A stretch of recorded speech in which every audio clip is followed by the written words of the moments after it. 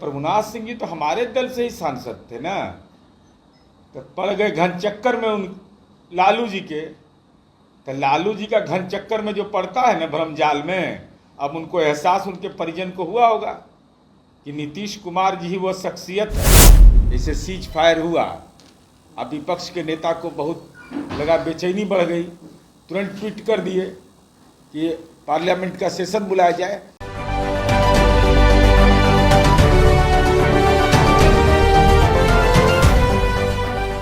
कांग्रेस नए दौर में है। कांग्रेस को अपने इतिहास की जानकारी का अभाव है और ज्ञान में सूक्ष्मता है। अरे 1971 का जब बांग्लादेश विजय हुआ था तो श्रीमती इंदिरा गांधी जी के नेतृत्व में हुआ था। राजनीतिक सहिष्णुता यह थी कि जब विजय पताका फहराकर पार्लियामेंट आई और पार्लियामेंट में संबोधन के बाद माननीय अटल बिहारी वाजपेयी विपक्ष के सांसद थे, उन्होंने दुर्गा कहा था, दुर्गा के रूप में चिन्हित किया था इंदिरा जी को। वैचारिक असहमति थी, राजनीतिक असहमति थी। आतंकवाद जैसे सवाल पर राजनीतिक मतभेद और मनभेद और श्रेय लेने की बीमारी नहीं होनी चाहिए। जैसे सीज फायर हुआ, अब विपक्ष के नेता को बहुत लगा, बेचैनी बढ़ गई, तुरंत ट्वीट कर दिए कि पार्लियामेंट का सेशन बुलाया जाए। अरे 12 तारीख को दोनों पक्ष के बीच वार्ता होनी है, तो जरा धैर्य रखते ना, धैर्य रखना चाहिए था। और 2 बार सर्वदलीय बैठक हुई है। माननीय राहुल गांधी जी ने दूसरे बैठक में भी पार्लियामेंट के सेशन की मांग की थी। साथ ही यह कहा था कि सेना के पराक्रम पर हमको भरोसा है। अरे भाई, राहुल गांधी के फॉलोअर हैं, तुमसे भी तो कुछ सीख लेते।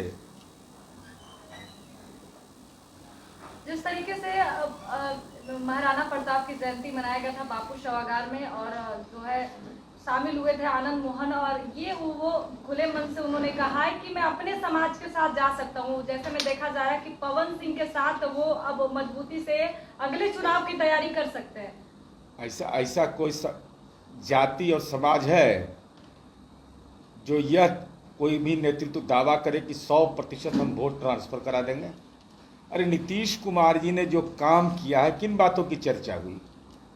अगर बापू सभागार में कार्यक्रम हुआ तो राज्य और केंद्र के द्वारा किए गए काम, और हमको ये बताते हुए गर्व है कि कांग्रेस की हुकूमत ने, राष्ट्रीय जनता दल की हुकूमत ने कभी भी पुरखों का सम्मान नहीं किया। माननीय नीतीश कुमार जी ने वीर कुंवर सिंह विजयोत्सव के लिए 150 करोड़ का वित्तीय आवंटन किया, जगदीशपुर का विकास किया, और यह बात बार बार उन्होंने जयंती में बोला कि बाबू वीर कुंवर सिंह के साथ इतिहास ने न्याय नहीं किया है। ये नैतिक बल नीतीश कुमार जी का है। महाराणा प्रताप जिनके शौर्य और गाथा की चर्चा दूसरे राज्यों में होती थी, लेकिन माननीय नीतीश कुमार जी ने उसको बिहार की अस्मिता से जोड़ा और उनका मूर्ति बनवाया।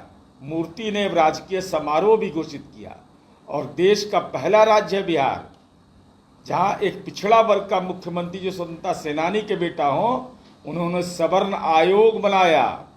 सवर्ण आयोग की रिपोर्ट आई और रिपोर्ट में यह कहा गया कि जो भी 1.5 लाख से जिनकी कम आमदनी है वो तमाम योजनाओं से, कल्याणकारी योजनाओं से आच्छादित होंगे।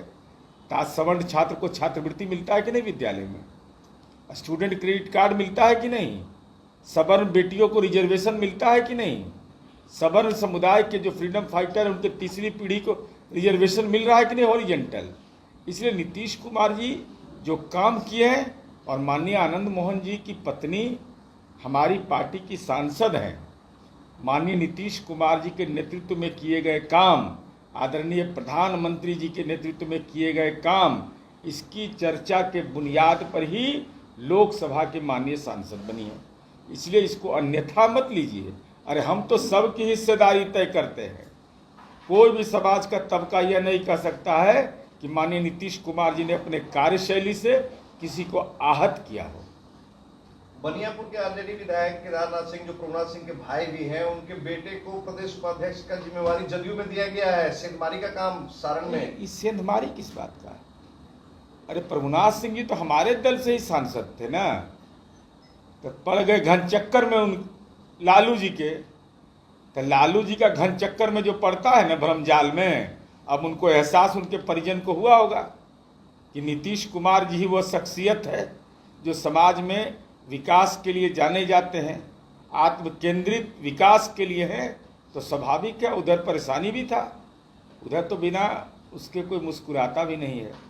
तो देखा कि भाई बेहतर विकल्प ये है, तो उनके बेटा ने हमारी पार्टी में शामिल होने का फैसला लिया, इसमें कौन से अन्यथा की बात है।